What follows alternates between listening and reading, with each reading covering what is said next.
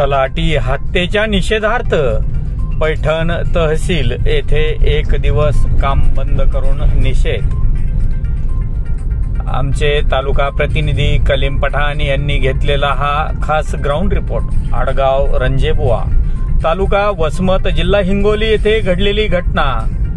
तलाठी कार्यालयात तलाट्याची चाकूने निर्दयी हत्या करण्यात आली आणि या घटनेच्या निषेधार्थ पैठण तहसील येथे महाराष्ट्र राज्य महसूल तलाठी संघ, तालुका तलाठी संघ व महाराष्ट्र महसूल कोतवाल संघटनातर्फे नमूद घटनेचे निषेध म्हणून एक दिवसीय कामकाज बंद ठेवण्यात आले।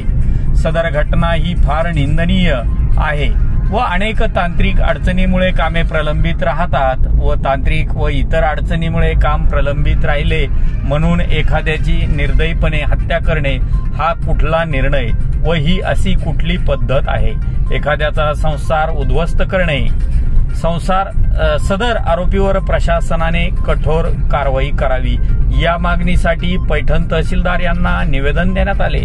नायब तहसीलदार संतोष अनार्थे, नायब तहसीलदार राहुल बनसोडे, अव्वल कारकून हरीश शिंदे, सतीश शिंदे, कांबळे शिंदे, अखिल पठाण, वैभव सोनवणे तसेच मंडळ मॅडम वैभव सोनवणे, मॅडम गाडेकर, शिंदे खेडकर, तलाठी बारस्करप्पा, सोनवणे बनस्वाल, राजेश कांबळे व कोतवाल उषा गायकवाड, सतीश दळवी, सोमनाथ कोल्हे, लक्ष्मण संगणक परिचालक, अजिमभाई, इम्रानभाई शेख सह असंख्य महिला सह सर्व कर्मचारी यावेळी मोठ्या संख्येने उपस्थित होते।